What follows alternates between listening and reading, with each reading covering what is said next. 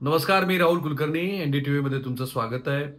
सर्वात आधी पुन्हा एकदा विनंती की तुम्ही माझं एनडीटीव्हीचं जे यूट्यूब चॅनल आहे ते फॉलो करायला लागा, सबस्क्राईब करा आणि बेल आयकन पण दाबा. इतर सर्व सोशल मीडिया प्लॅटफॉर्मवरती आम्ही आहोतच, तिथे थेट तुमच्याशी संवाद साधता येतो. 2 मुद्दे मी टॅग केलेत. एक म्हणजे अशी कुठली एकच महत्त्वाची गोष्ट आहे की जी महाराष्ट्र विधानसभा निवडणुकीच्या निकालावरती सर्वाधिक परिणाम करणारी आहे. आणि जर लोकसभेच्या निवडणुकीचं गणितच लावून ह्या विधानसभेच्या निवडणुकाकडे कोणी पाहत असतील तर त्यांची कशी गफलत होणार आहे. कारण मी आता जवळपास 25 एक विधानसभा मतदारसंघ हे फिरून आलेलो आहे.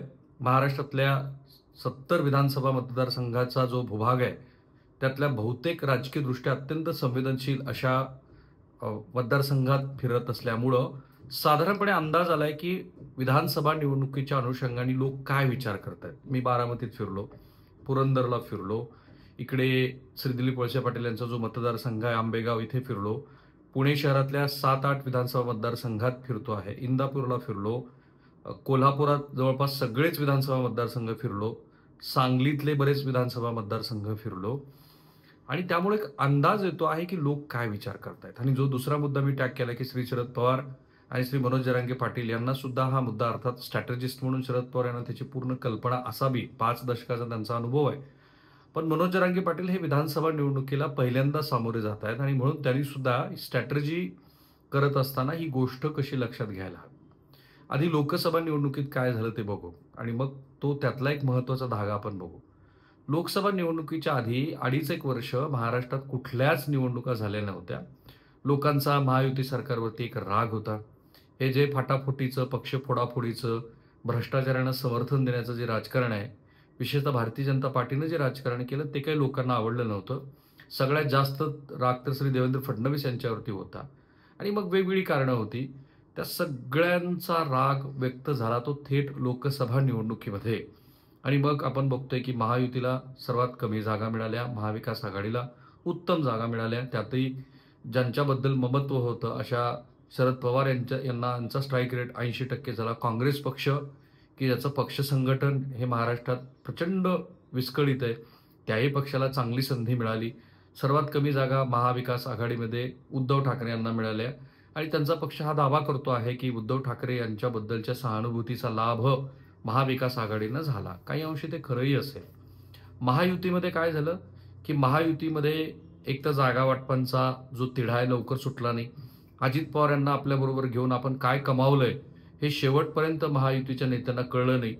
आणि महायुतीतले जे महत्वाचे घटक पक्ष आहेत, एकनाथ शिंदे यांचा ह्या सगळ्या जागा वाटपामध्ये जो प्रभाव होता तो प्रभाव दिसला आणि मग शेवटी त्यांनी तो प्रभाव वापरूनच नाशिकची जागा आपल्याकडे ठेवली.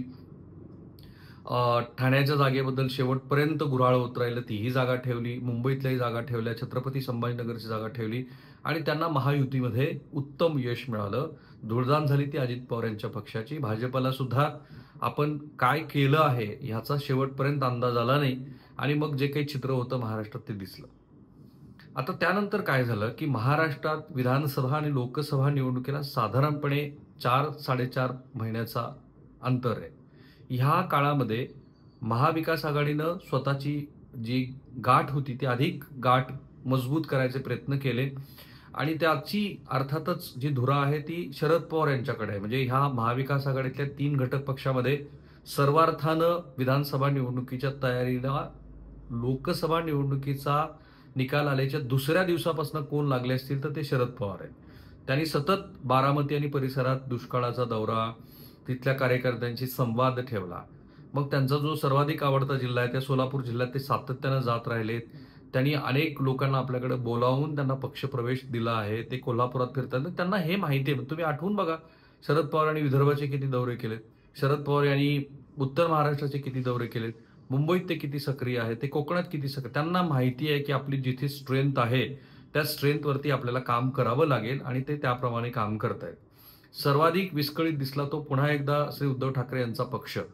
ते पुन्हा त्याच गोष्टीवरती बोलत होते आणि मला ह्या विधानसभा निवडणुकीतल्या मतदारसंघाचा आढावा घेत असताना उद्धव ठाकरे यांचा पक्ष फोडला ह्याबद्दल लोकांना दुःख आजही आहे असं दिसतंय. पण मुख्यत्वे उद्धव ठाकरे यांची भाषणं आणि त्यातला जो तोचतोचपणा आहे त्याला लोक कंटाळलेत, अक्षरशः कंटाळलेत. काँग्रेस पक्षाचा जो ओव्हर कॉन्फिडन्स आहे तो ह्या निमित्ताने पुन्हा एकदा उफाळून आला, की जे नंतर बऱ्याच विश्लेषकांची मतं आहेत, की काँग्रेस पक्षाला आता प्रचंड घाई झाली आहे. काही अंशी हे खरं आहे, की काँग्रेस पक्षाचं एक कंप्लीट रिव्हायव्हल आहे. 115 जागा आहे, कारण काँग्रेस पक्षाच्या सर्वच वरिष्ठ नेत्यांशी मी बोलत असतो. त्यातनं कळतं, की काँग्रेस पक्षाचे जे अंतर्गत सर्व्हे आहेत ते दाखवत आहेत, की किमान 115 जागेवरती काँग्रेस पक्षाला आज लीड आहे आणि त्यांना असं वाटतं, की आपल्याला मुख्यमंत्री पद मिळेल आणि त्यातनं जी स्पर्धा सुरू झाली ती बघतो आपण. आता महत्त्वाचा भाग काय आहे, की जे मी विश्लेषण आता केलं, की लोकसभा निवडणुकीत आणि विधानसभा निवडणुकीमध्ये आत्ता जे जाणवतं आहे 20-25 मतदारसंघामध्ये फिरल्यानंतर एका वाक्यात आणि ते महाविकास आघाडीच्या नेत्यांसाठी फार चांगलं आहे, की त्यांनी हे समजून घ्यायला हवं. जे चित्र लोकसभा निवडणुकीच्या वेळेला होतं तसं आत्ता नाहीये. लोकांची तेवढी तीव्र नाराजी ह्या सरकारबद्दल जाणवत नाही. सगळ्यात महत्त्वाची गोष्ट आहे ती म्हणजे ह्या वेळेला लोक विचार करतायत उमेदवार कोण? आणि ते सर्वपक्षीय नेत्याबद्दल विचार करतायत. म्हणजे काँग्रेसचे राजू आवळे यांच्या कामाचं लोकांना कौतुक आहे. तसंच कौतुक त्यांना आंबेगावमध्ये श्री दिलीप वळसे पाटील यांचं आहे. तसंच कौतुक मला विनय कोरे यांच्या मतदारसंघात त्यांचं जाणवलं. तसंच कौतुक कौतुक मला सतेज पाटील यांच्या कोल्हापुरातल्या कामाबद्दल जाणवलं. तसंच कौतुक मला शिवेंद्र राजे यांच्या साताऱ्यातल्या कामाबद्दल जाणवलं. त्यामुळे मुद्दा क्रमांक 1 जो अत्यंत महत्त्वाचा आहे तो हा आहे, की महाराष्ट्राच्या विधानसभा निवडणुकीमध्ये जे लोकांनी ठरवून महायुतीच्या विरोधामध्ये आणि महाविकास आघाडीच्या उमेदवारांच्या बाजूनं किंवा वाईस वर्सा, की इकडे महाविकास आघाडीच्या उमेदवाराला पाडायचं म्हणून जसं मतदान केलं तसं विधानसभेला होण्याची शक्यता फार कमी आहे. लोक बघतील ते म्हणजे माझा उमेदवार कोण आहे? तो निवडून आल्यानंतर प्रत्यक्षात त्याची राजकीय ताकद काय असणार आहे? तो मंत्री होणार आहे का? त्याच्याकडे असलेल्या सहकारी संस्थांचा आपल्याला जो आत्ता उपयोग होतो आहे, तो तसाच होणार आहे का? आणि म्हणून असं जाणवत आहे, की ही गोष्ट चाणाक्षपणे श्री शरद पवार यांनी बरोबर ओळखली आहे आणि म्हणून ते काय करत असतील तर विनिंग फॉर्म्युला जोडत चालले. ते थांबलेले नाहीयेत. ते असं बघत नाहीयेत, की आता जसं महाविकास आघाडीला लोकसभा निवडणुकीमध्ये यश मिळालं, तसंच विधानसभा निवडणुकीमध्ये मिळेल आणि म्हणून ते विजयी होणाऱ्या उमेदवारांची मोट बांधत आहेत. 2च उदाहरणं बघू. सांगोल्यामध्ये जी जागा शेकापला सोडायची आहे, याचं जवळपास निश्चित झालंय. त्या सांगोल्यामध्ये 2 बंधूमध्ये वाद आहे. एक आहेत बाबासाहेब देशमुख आणि दुसरे आहेत अनिकेत देशमुख. अनिकेत देशमुख हे थोडक्या मताने मागच्या वेळेला शहाजी बापू पाटील यांच्या विरोधामध्ये पडले. आता पुन्हा एकदा त्यांना निवडणूक लढायची आहे, पण बाबासाहेब देशमुखाबद्दल मतदारसंघामध्ये चांगली सहानुभूती आहे. बाबासाहेब देशमुख यांच्याच प्रयत्नामुळे अगदी तुतारेला 11-12 हजार मतं जाऊन सुद्धा या मतदारसंघामध्ये मोहिते पाटील कुटुंबातल्या सदस्याला लीड मिळाली. आता ही गोष्ट लक्षात आल्यानंतर शरद पवार यांनी दोघा बंधूला बोलवून घेतलं, समोरासमोर बसवलं असं म्हणतात आणि त्यातल्या अनिकेतला सांगितलं, की आपल्याला ह्या वेळेला बाबासाहेबांना उमेदवारी द्यायची, तुम्ही त्यांच्यासाठी काम करा. अनिकेत म्हणाले, की मला काय मिळणार? मला विधान परिषदेची संधी द्या. त्यावेळेला शरद पवारांनी सांगितलं, तुम्ही आधी यांना निवडून आणा, मग आपण तुमचा विचार करू. म्हणजे विनिंग कॅन्डिडेट कोण आहे याचा पूर्ण अंदाज शरद पवार यांना आहे. दुसरं उदाहरण इंदापूर. इंदापूरमध्ये प्रशांत माने आणि जे दुसरे आता बाजार समितीचे दशरथ जगदाळे, ह्या दोघांनाही आपल्याला राष्ट्रवादी काँग्रेसकडनं तिकीट मिळेल असं वाटत होतं. शेवटच्या क्षणी हर्षवर्धन पाटील हे तुतारी बरोबर आले. आता ह्या तिघा-चौघांची जी बैठक झाली त्याच्यामध्ये शरद पवारांनी अत्यंत स्पष्टपणे सांगितलं, की मला विजयी होणारा उमेदवार हवा आहे, त्याला आपण तिकीट देऊ आणि अर्थात त्यांचा कल हर्षवर्धन पाटील यांच्या दिशेनं दिसतोय. म्हणजे त्यांना याची पूर्ण कल्पना आहे, की जे लोकसभा निवडणुकीमध्ये झालं, की महायुतीच्या विरोधामध्ये वारं होतं, तसं आता वारं तसंच्या तसं नाहीये. उलट मला आता असं जाणवतं, की महायुतीच्या विरोधातली नाराजी बऱ्याच प्रमाणामध्ये लाडकी बहीण योजना, तरुणांसाठीची केलेली कामं, अर्थात त्या योजना निवडणुकीनंतर कितपत आपल्याला मिळतील ह्याबद्दल लोक साशंक आहेत. त्यांच्या मनामध्ये संशय आहे.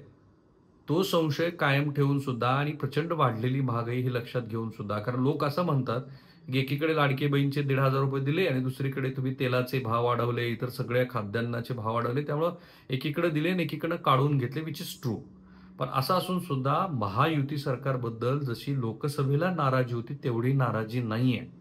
आणि हीच गोष्ट श्री मनोज जरांगे पाटील यांनी पण लक्षात घ्यायला हवी, की जेव्हा केव्हा एक तर तुम्हाला एक भूमिका घ्यावी लागेल. ती भूमिका समजा तुम्ही अपक्ष उमेदवाराला निवडून द्या अशी असेल, तर असे किती मतदारसंघ असतील मराठवाड्यातल्या 46 पैकी, की जिथे केवळ मनोज जरांगे पाटील यांनी सांगितलं म्हणून मराठा समाज पूर्णपणे मनोज जरांगे पाटील यांच्या बरोबर जाईल, मतदान जेवढं झालं त्याच्या तुलनेत. कारण तिथे महाविकास आघाडीचा उमेदवार असणारच आहे आणि मी जो मुद्दा म्हटला, की जसं महाविकास आघाडीच्या उमेदवाराबद्दल लोकांना त्याच्या उमेदवारीचं जसं एक लातूरचं उदाहरण बघू. लातूर शहरमध्ये अमित देशमुख यांना पाडणं हे अत्यंत अवघड गोष्ट आहे. तिथे तुम्ही किंवा धनंजय मुंडे यांच्याबद्दल परळीमध्ये तुम्हाला फार जोर लावावे लागतील. ते पडणार नाहीत असं मी म्हणणार नाही. सो किंवा कैलास पाटील आहेत शिवसेनेचे धाराशिवमधले, उद्धव ठाकरे गटाचे. त्यांना पाडणार कसं?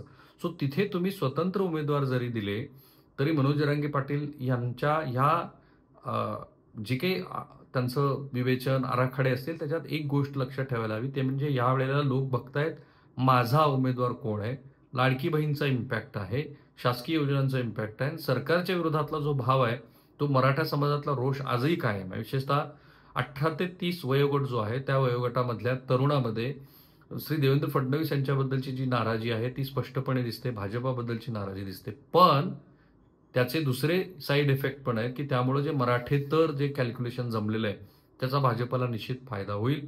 जर मनोज जरांगे पाटील यांचे अपक्ष जरी उमेदवार उभे राहिले, तरी त्याचा फायदा होईल. किंवा श्री मनोज जरांगे पाटील यांनी महायुतीचे उमेदवार पाडा अशी जरी भूमिका घेतली, तरी त्याचा सत्ताधारी पक्षांना फायदा होईल. कारण यावेळेला लोक बघतायत ते माझा उमेदवार कोण, आणि हा लोकसभा आणि विधानसभा निवडणुकीतला सर्वात मोठा गेम चेंजिंग फॅक्टर असणार आहे. आपण आता सातत्यानं बोलत राहू, कारण महाराष्ट्रात, संपूर्ण महाराष्ट्रामध्ये ताई, माई, अक्का आणि आमच्या वेगवेगळ्या इलेक्शन कार्यक्रमाच्या निमित्तानं मी फिरणार आहे. ग्राउंड रिपोर्ट्स पण आमचे सुरू आहेत. तुम्ही त्याला भरभरून प्रतिसाद देत आहात. पुन्हा एकदा विनंती, मी NDTV, आम्ही यूट्यूबला आहोत, आम्हाला फॉलो करायला लागा. मी NDTV सर्व सोशल मीडिया प्लॅटफॉर्मवरती आहोत, आम्हाला फॉलो करायला लागा. तुमच्या महत्त्वाच्या सूचना असतील तर त्याही तुम्ही जरूर सांगा. एक महत्त्वाची गोष्ट, अत्यंत पारदर्शकपणे आमचं हे इलेक्शनचं कव्हरेज सुरू आहे. No filter, no editing. कुठल्याही राजकीय पक्षाची भूमिका तुम्हाला कधीही आमच्या कोणत्याही ग्राउंड झिरोमध्ये किंवा 2 मुद्द्यामध्ये दिसणार नाही. अर्थात बाकीचे लोक जे बोलत राहतात ते बोलतात, कधी ते मला महाविकास आघाडीकडे टाकतात, कधी तर ते महायुतीसाठी टाकतात. ती काही पत्रकारिता नाही. तो थांबूया पाहिजे. धन्यवाद.